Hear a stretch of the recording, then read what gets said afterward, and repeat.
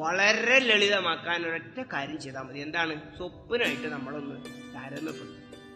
സ്വപ്നവും ജാഗ്രതയും തമ്മിൽ താരതമ്യപ്പെടുത്തി കഴിഞ്ഞാൽ എല്ലാ വിഷയം എല്ലാവർക്കും അറിയാം എന്ന് ബോധ്യപ്പെടുത്താൻ പറ്റും.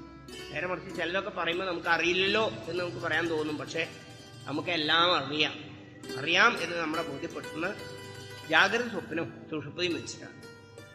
എന്താണ് സാധാരണ നിലയിൽ മരണവും ജനനവും മോക്ഷം എന്ന് പറഞ്ഞാൽ എന്താണ്? സ്വപ്നം കണ്ടു, ഉറങ്ങിക്കഴിഞ്ഞാൽ സ്വപ്നം കണ്ടു. സ്വപ്നം എന്ന് പറഞ്ഞ ഒരു ജന്മമാണ്. ആ സ്വപ്നം കഴിഞ്ഞു, ആ ജന്മം കഴിഞ്ഞു. പിന്നെ മരിക്കുകയാണ്. മരിക്കാന്ന് പറഞ്ഞാൽ സുഷുപ്തിയിലേക്ക് പോയി, ഒന്നും അറിയുന്നില്ല, മരണമായി. ആ സുഷുപ്തി കുറച്ചു നേരം കഴിയുമ്പോൾ വീണ്ടും ഒരു സ്വപ്നം, അപ്പോൾ വീണ്ടും ഒരു ജന്മം എടുത്തു എന്നാണ്. ആ ജന്മം കഴിഞ്ഞ് വീണ്ടും ആ സ്വപ്നം അവസാനിച്ചു ഒരു സുഷുപ്തിയിലേക്ക് പോവുകയാണെങ്കിൽ ആ ജന്മം കഴിഞ്ഞ് നമ്മൾ രണ്ടാമതൊരു സുഷുപ്തിയിലേക്ക്, മരണത്തിലേക്ക് പോയി. അപ്പൊ ഈ സ്വപ്നം സുഷുപ്തി ഇങ്ങനെ തുടർന്നുകൊണ്ടിരിക്കും എത്ര കാലം? ഉണരുന്നത് വരെ. ഉണർന്നു കഴിഞ്ഞാൽ എത്ര സ്വപ്നം കണ്ടോ അത് മുഴുവൻ ഓർമ്മ വരും. നമ്മളൊരു സ്വപ്നം കാണുന്ന സമയത്ത് ഇതിന്റെ മുമ്പ് ഒരു സ്വപ്നം ഉണ്ടായിരുന്നു എന്ന് നമുക്കറിയില്ല, ഇത് കഴിഞ്ഞാൽ ഒരു സ്വപ്നം കാണാൻ പോകുന്നതെന്നും അറിയില്ല. പക്ഷെ ഉണർന്നു കഴിഞ്ഞാൽ ഇന്നലെ ഞാൻ 4 സ്വപ്നം കണ്ടു പറയും. അതുപോലെ ഉണർന്നു കഴിഞ്ഞാൽ കഴിഞ്ഞ വെള്ളിയാഴ്ച നിങ്ങളൊരു സ്വപ്നം കണ്ടു എന്ന് പറഞ്ഞല്ലോ, അതെ. പിന്നെ ചെറുപ്പം മൂലം ഇങ്ങോട്ട് കണ്ട സ്വപ്നങ്ങളൊക്കെ വേണമെങ്കിൽ ഓർക്കാൻ കഴിയും.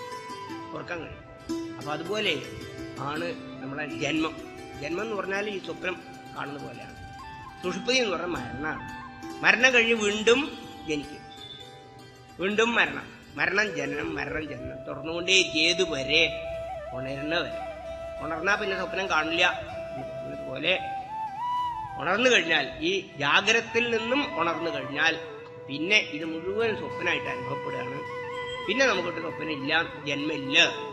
ആ മഹാബോധത്തിലേക്ക് ഉണർന്നു കഴിഞ്ഞാൽ പിന്നെ നമുക്ക് ഈ ചെറിയ ചെറിയ ജന്മങ്ങളൊന്നും ഇല്ല. വേണമെങ്കിൽ എടുത്തുകൂടാ എന്നൊന്നുമില്ല. പക്ഷെ എന്ത് ജന്മം എടുക്കുന്നൊക്കെ അതിൽ നിന്ന് തന്നെയാണ്. പക്ഷെ അതിന്റെ മഹാബോധമായിട്ട് നമുക്ക് നിലനിൽക്കാൻ കഴിയുന്നു. ഉണരണം. ഇനി ഉറങ്ങിടാതെ വണ്ണം ഉണരണം എന്ന് ആരാണെങ്കിലും പറയാൻ കാരണം. പിന്നെ ഉറങ്ങരുത്. ഉറങ്ങിക്കഴിഞ്ഞാൽ പിന്നെ സ്വപ്നം തുടങ്ങും.